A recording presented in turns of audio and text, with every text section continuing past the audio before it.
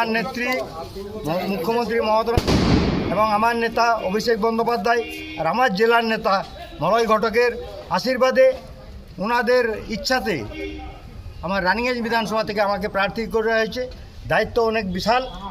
আমরা আগামী দিনে চাইব দায়িত্ব আমরা দিদির যে নীতি সেই নীতির উপর বিশ্বাস করে পারে মানুষের পরিষেবা দেওয়া এই কাজগুলো করতে চাই।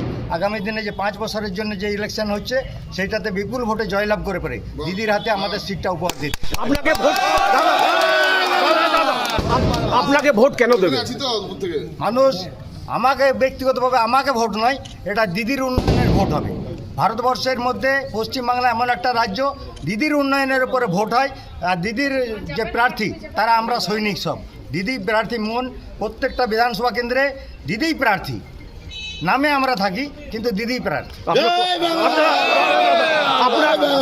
আপনার প্রতিদ্বন্দ্বী কোন, সিপিএম নাকি বিজেপি? আমার প্রতিদ্বন্দ্বী এখন ক্যান্ডিডেট দেওয়া হোক, তারপরে আমরা বুঝতে পারবো, তারপরে আমরা আগামী দিনে ডিক্লেয়ার করবো যে কে আমাদের প্রতিদ্বন্দ্বী।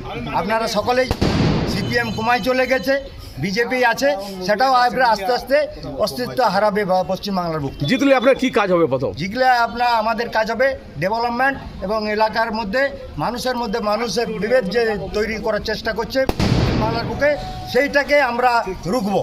বিজেপির যে সন্ত্রাসের একটা উদ্দেশ্য, সেই সন্ত্রাসকে আমরা ব্যাহত করব। আমরা পশ্চিমবাংলার বুকে বিজেপির সন্ত্রাস আমরা চলতে দেব না।